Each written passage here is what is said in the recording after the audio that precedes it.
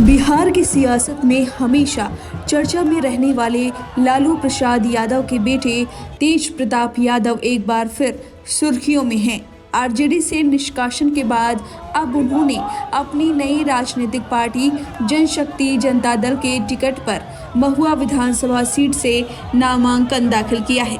इस दौरान दाखिल किए गए चुनावी हलफनामे में तेज प्रताप ने अपनी शिक्षा, संपत्ति और आपराधिक मामलों से जुड़ी अहम जानकारियां साझा की हैं। चलिए आपको बताते हैं कि तेज प्रताप के पास कितनी संपत्ति है।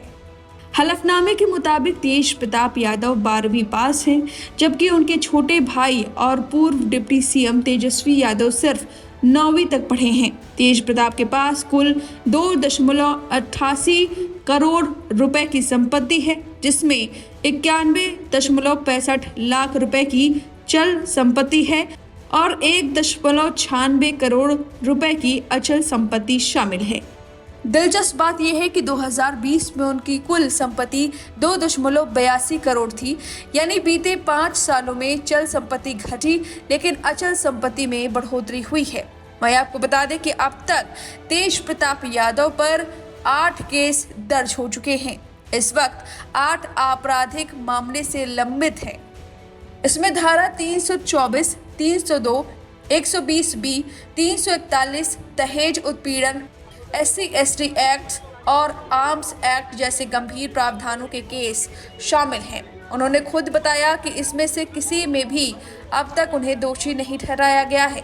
हलफनामे में उन्होंने अपनी पत्नी ऐश्वर्या का विवरण नहीं दिया है, क्योंकि तलाक का मामला अभी पटना की पारिवारिक अदालत में विचाराधीन है। वहीं आपको बता दें कि नई पार्टी से चुनाव लड़ रहे हैं तेज प्रताप। मई 2025 में आरजेडी से 6 साल के लिए निष्कासित किए जाने के बाद तेज प्रताप ने अपनी नई पार्टी बनाई और अब उसी के बैनर तले चुनाव मैदान में हैं। नामांकन के दौरान उन्होंने अपनी दिवंगत दादी की तस्वीर साथ रखकर भावनात्मक अपील की। तेज प्रताप की राजनीति हमेशा विवादों से घिरी रही, कभी बयानबाजी, कभी निजी रिश्ते तो कभी पार्टी नेतृत्व से टकराव। बावजूद इसके वे बिहार की सियासत में एक चर्चित और प्रभावशाली चेहरा बने हुए हैं।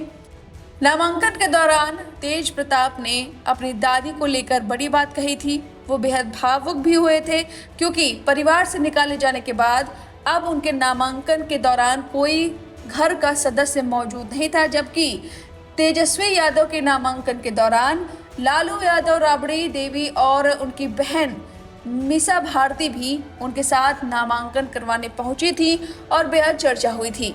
इधर तेज प्रताप के साथ कोई नहीं था, इसलिए वो अपनी दादी की तस्वीर हाथ में लिए भावुक अपील कर रहे थे, भावुक बात कह रहे थे। जरा सुनिए उन्होंने क्या कुछ कहा। यह हमारी दादी, इन्हीं के आशीर्वाद से हम हो गए या हमारे पिता हो गए, इन्हीं के आशीर्वाद से हम लोगों ने आगे बढ़ने का काम किया है। तो ऐसे शुभ मौके पे जबकि नॉमिनेशन करना था तो हम अपनी दादी को ही लेकर के आ गए अपने साथ। सदैव अमर हैं, सब लोग के हमारे दिल में है।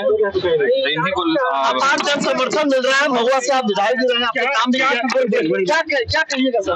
देखिए, समर्थन तो लोग जो काम करेगा वही महुआ वासियों के दिल में रहेगा, जो विकास करेगा वही महुआ वासियों के दिल में रहेगा। और जिस तरीके से हमने मेडिकल कॉलेज देने का काम किया, अब महुआ को जिला बनाने का और यहाँ के युवाओं को रोजगार देने का हम काम करेंगे।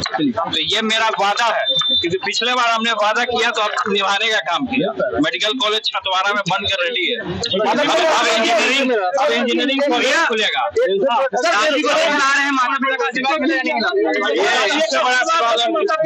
इससे बड़ा आशीर्वाद। वहीं उनके छोटे भाई तेजस्वी यादव अब तीसरी बार राघोपुर सीट से चुनावी मैदान में हैं। 2015 और 2020 में राघोपुर सीट जीतने के बाद अब एक बार फिर अपनी किस्मत इस सीट पर आजमा रहे हैं। तेजस्वी यादव ने नामांकन दाखिल करते हुए हलफनामे में अपनी कुल संपत्ति घोषित की है, जिसमें चल और अचल संपत्ति मिलाकर 8.1 करोड़ रुपए है। यानी तेजस्वी यादव के पास ज्यादा पैसा है अपने बड़े भाई तेज प्रताप से। वहीं आपको बता दें कि बिहार विधानसभा चुनाव 2025 में 2 चरणों में मतदान होगा। पहला 6 नवंबर को और दूसरा 11 नवंबर को। मतगणना 14 नवंबर को होगी। ऐसे में देखना दिलचस्प होगा कि तेज प्रताप की नई पार्टी और उनकी नई पारी महुआ सीट पर क्या रंग दिखाती है। अब इस खबर पर आपकी जो भी राय है हमें कमेंट करके जरूर बताएं।